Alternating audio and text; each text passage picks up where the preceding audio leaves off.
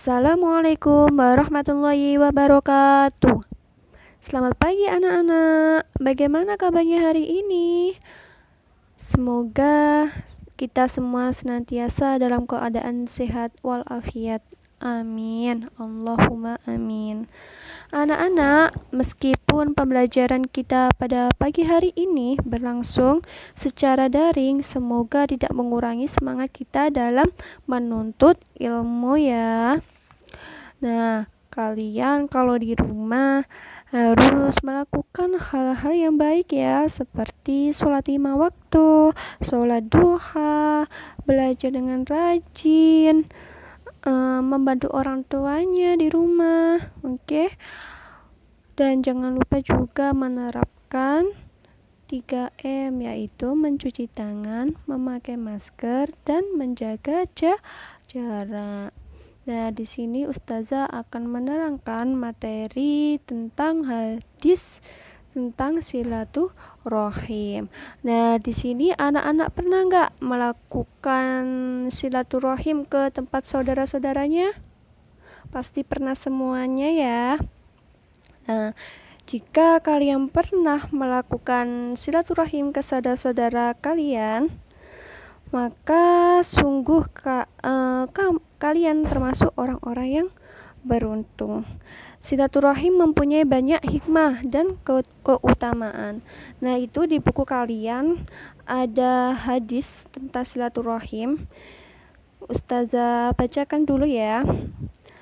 An Anasir radhiyallahu an Rasulullah sallallahu alaihi wasallam qala man ahabba ayyubsata lahu fi rizqihi wa yusa'alahu fi atharihi fal yasil rahimah, yang artinya dari Anas radhiyallahu an bahwasanya Rasulullah sallallahu alaihi wasallam bersabda, barang siapa merasa senang dilapangkan rezekinya dan dipanjangkan umurnya, maka hendaklah ia melangsungkan silaturahim. Nah, ini ada kandungan hadis tentang silaturahim. Ada yang tahu nggak silaturahim itu apa? Nah, silaturahim berarti menyambung tali persaudaraan yang masih ada hubungan darah. Saudara berbagai menjadi dua, yaitu saudara dekat dan saudara jauh. Kalau saudara dekat itu yang disebut apabila hubungan darah dekat dan diharamkan untuk menikahinya. Contohnya saudara dekat adalah nenek, ibu, kakak, adik, anaknya adik, bibi dari ayah dan bibi dari ibu. Kalau yang saudara jauh adalah apabila hubungan darah jauh dan dibolehkan untuk menikahinya. Contoh saudara jauh itu saudara sepupu atau anak bibi, anak cucunya saudara nenek, dan yang lebih jauh lagi seperti anak turunnya nenek. Nah, baik saudara jauh, saudara dekat maupun orang lain semuanya dianjurkan untuk dikunjungi. Kita juga dianjurkan untuk membina hubungan baik dan dengan mereka. Di sini ada manfaat silaturahim, yaitu yang pertama dilapangkan rezekinya. Nah, salah satu sebab dilapangkan rezekinya itu dikarenakan oleh orang tersebut bersilaturahim dan suka membantu kerabatnya. Silaturahim tentunya dilaksanakan dengan penuh keikhlasan tanpa ada maksud duniawi, seperti mengunjungi saudara yang kaya dan berpangkat saja.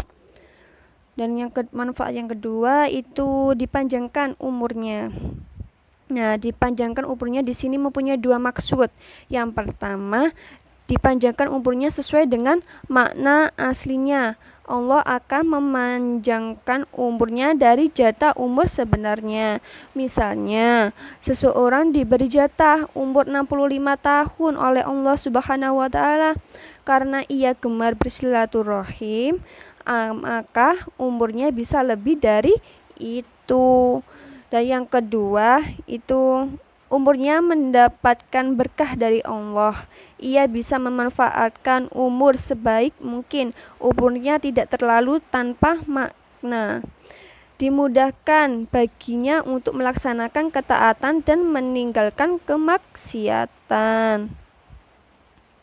Nah, selain dua manfaat dari silaturahim tersebut, ada manfaat yang lainnya, yaitu terhindar dari musibah dan bencana yang mengerikan, dicintai oleh keluarganya, dicintai oleh Allah dan Rasul-Nya, mendapatkan ketentraman hati dan ketenangan jiwa. Nah, di sini juga ada perilaku yang menunjukkan silaturahim. Di antara beberapa cara silaturahim itu seperti berkunjung langsung sehingga bisa bersalaman dan bertatap muka. Nah, cara yang paling bagus dan penuh berkah karena ia akan tahu ekspresi saudaranya, apakah ia dalam keadaan senang atau susah. Yang kedua, mengadakan kumpulan keluarga setiap bulan dan waktunya sesuai dengan kesepakatan. Acara bisa diisi dengan arisan keluarga atau acara lainnya ya. Terus yang ketiga itu mengadakan reuni untuk membina silaturahim sesama temannya. Yang keempat, menelepon walaupun hanya menanyakan kabar diri dan keluarga. Nah, seperti saat ini kan kita harus menjaga jarak. Nah, kita bisa bersilaturahim dengan cara menelepon keluarga kalian yang dekat, yang jauh, untuk menanyakan kabar ya. Dan yang kelima itu mengirim surat atau SMS. Nah, sekarang bisa lewat